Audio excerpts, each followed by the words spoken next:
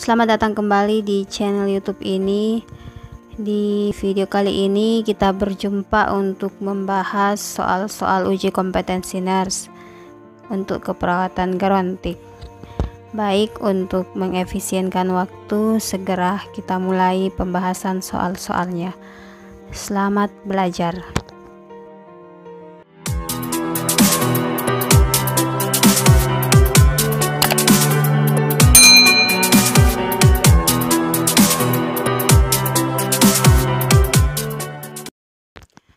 Baik, kita mulai dari soal yang pertama. Seorang perempuan berusia 65 tahun mengatakan tegang pada bagian perut.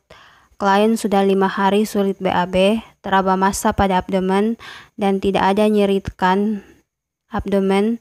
Klien mengatakan tidak pernah berolahraga ataupun melakukan aktivitas fisik lainnya sejak 1 tahun terakhir karena mudah lelah dan sering merasakan nyeri pada lutut. Klien menghabiskan porsi makannya serta menghabiskan buah-buahan yang diberikan setelah makan. Pertanyaannya, apakah masalah keperawatan pada kasus di atas?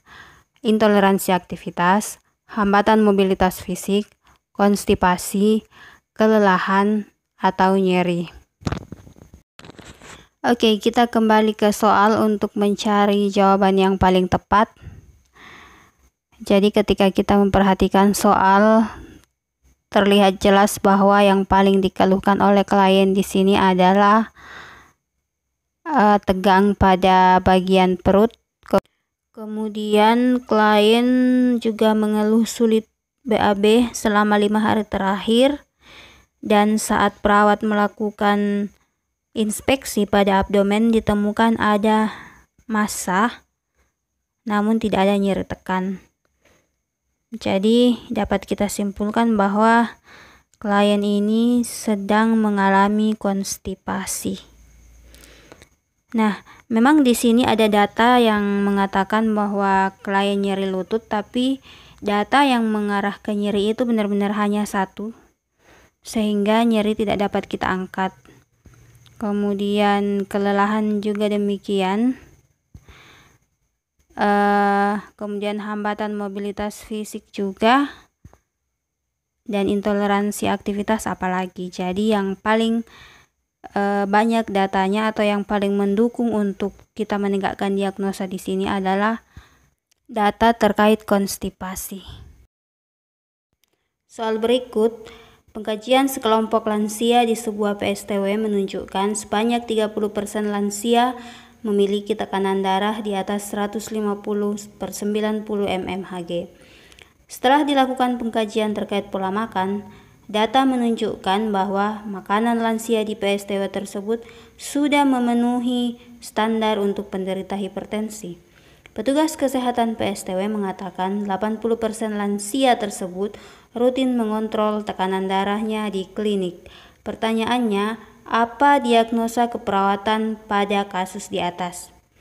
Kesiapan meningkatkan manajemen kesehatan, ketidakefektifan manajemen kesehatan, sindrom lansia lemah, risiko sindrom lansia lemah, atau kesiapan meningkatkan pengetahuan.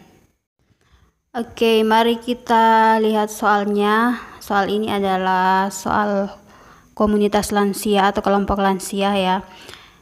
Ketika kita perhatikan, masalah dari kelompok ini adalah hipertensi, yaitu sebesar 30%. Kemudian ketika kita memperhatikan hal-hal yang menjadi faktor pencetus hipertensi seperti makanan, ternyata makanan di panti tersebut sudah memenuhi standar untuk penderita hipertensi. Dan 80% dari penderita hipertensi di panti tersebut ternyata sudah rutin mengontrol tekanan darahnya di klinik. Semua data yang disajikan dalam kasus ini adalah data yang bagus, sehingga kita dapat menyimpulkan bahwa diagnosa dari kasus ini pasti diagnosa potensial. Dan diagnosa potensial itu ciri-cirinya dimulai dengan kata kesiapan. Dan dari option ini ada 2 yang menunjukkan diagnosa potensial, yaitu kesiapan meningkatkan manajemen kesehatan dan kesiapan meningkatkan pengetahuan. Dari dua pilihan yang tersedia, yang paling pas untuk menjawab soal ini adalah kesiapan meningkatkan manajemen kesehatan. Kenapa bukan kesiapan meningkatkan pengetahuan? Karena di soal tidak ada menyinggung sama sekali soal pengetahuan. Soal selanjutnya, seorang lansia di sebuah PSTW ditemukan terbaring lemah di tempat tidur. Klien mengatakan sesak saat bangun. Klien tidak mampu mandi sendiri dan tidak mampu mengganti pakaiannya. Klien tampak kurus dan pikun. Pertanyaannya, apa diagnosa keperawatan utama pada kasus di atas? Intoleransi aktivitas, hambatan mobilitas fisik, defisit perawatan diri mandi, defisit perawatan diri berpakaian, atau sindrom lansia lemah.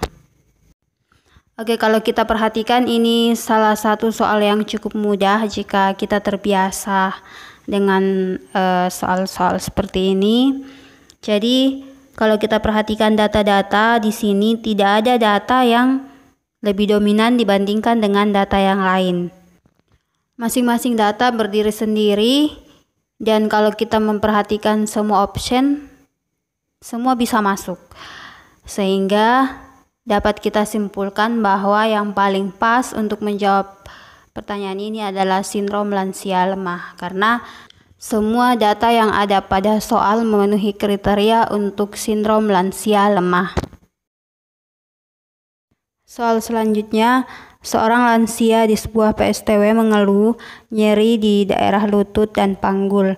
Lansia tersebut mengatakan sudah mengalami keluhan tersebut hampir setahun, namun tidak begitu mengganggu. Pertanyaannya, apa yang perlu dikaji lebih lanjut pada kasus di atas? Mengkaji skala nyeri, mengkaji tingkat nyeri, mengkaji risiko jatuh, mengkaji TTV, atau mengkaji sistem muskuloskeletal. Baik, kalau kita perhatikan soalnya ini cukup simpel dan sangat mudah untuk dijawab. Kalau kita perhatikan keluhan lansia ini adalah nyeri pada lutut dan panggul, namun ternyata nyerinya tidak mengganggu. Sehingga hal yang harus dikaji lebih lanjut dari lansia ini adalah apakah skala nyeri? Tentu bukan, karena nyerinya tidak mengganggu. Demikian pula dengan tingkat nyeri ya, karena nyerinya tidak mengganggu. Risiko jatuh ada kemungkinan, TTV itu tidak ada hubungannya sama sekali, dan sistem muskuloskeletal juga ada kemungkinan. Nah, ada dua jawaban yang masih harus kita pilih, yaitu mengkaji risiko jatuh dan mengkaji sistem muskuloskeletal. Nah, kalau kita perhatikan soal keluhannya ini pada lutut dan panggul. Nah, seseorang yang memiliki keluhan, utamanya lansia pada lutut dan panggul ini sangat besar risikonya untuk jatuh. Sehingga hal yang paling pas untuk dikaji terlebih dahulu adalah risiko jatuh untuk menentukan skala risiko jatuhnya di mana sehingga bisa dilakukan intervensi. Soal terakhir, seorang laki-laki berusia 75 tahun mengeluh nyeri kepala dan pusing. Hasil pengukuran tekanan darah 160/90 mmHg. Klien mengatakan sudah mendapatkan obat tekanan darah secara rutin dari dokter namun tidak ada perubahan. Klien mengatakan mengkonsumsi makanan apa saja yang disiapkan oleh pihak PSTW karena pihak PSTW tidak memberikan makanan khusus. Pertanyaannya, apa rencana tindakan keperawatan pada kasus di atas? Manajemen nyeri, pendidikan kesehatan, kolaborasi pemberian analgetik, pantau tekanan darah atau konseling nutrisi. Baik, kita kembali ke soal. Jadi lansia 75 tahun di sini menderita hipertensi. Namun sudah mendapatkan obat tapi ternyata tidak ngefek. Kemudian setelah dicek ke makanannya ternyata lansia ini makan apa saja, tidak ada pemilihan makanan yang memenuhi standar untuk hipertensi. Nah, ini jelas sekali bahwa yang harus kita lakukan di sini adalah konseling nutrisi. Sehingga baik penyedia makanan maupun lansia itu sendiri dapat memahami makanan-makanan apa saja yang boleh dimakan dan yang tidak boleh dimakan supaya tekanan darahnya tetap terkontrol. Baik, sekian untuk pembahasan soal gerontik kita pada video kali ini. Nanti kita akan bertemu lagi pada pembahasan soal-soal selanjutnya. Terima kasih, semoga bermanfaat.